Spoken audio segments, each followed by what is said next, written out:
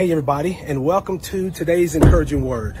Speaking of today's encouraging word, I hope that you guys have been enjoying the videos and written posts I've been putting on Facebook every week. Today's going to be a little bit different, but I think you're going to enjoy it as well. Give me a second for me to get inside.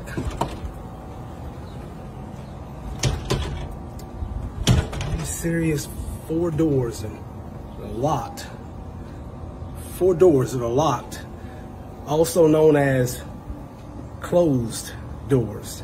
You see, along this journey called life, we're going to all experience closed doors. You see, doors represent desires and opportunities. And typically when we find ourselves in front of a closed door, it causes discouragement, disappointment, and sometimes even uncertainty. I believe that there are 4 primary reasons why we find ourselves in front of closed doors. Number 1, maybe it's not the right season. Number 2, maybe we're not ready yet. And number 3, maybe whatever it is that's on the other side of the door, maybe it's not ready for us. And lastly, just maybe it's not God's will for us to walk through that door. But I'll promise you this. When we find ourselves in front of a door that refuses to open, God always has an even better door for you to walk through. Just like this one. Right here in the sanctuary, which is where I wanted to be.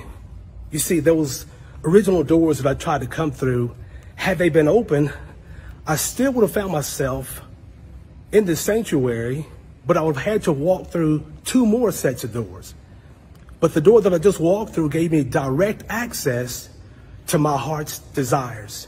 You see, let me tell you another thing about doors, more specifically closed doors. I believe that sometimes God uses closed doors to protect us from ourselves, to protect us from what may be on the other side of that door that we're not fully aware of. And then also God protects us from situations to where it may be the right door, but the wrong season, not the right time for that. So as I close, I want to say this right here about closed doors. The next time you find yourself in front of a closed door, do this right here. Number 1, don't lose faith.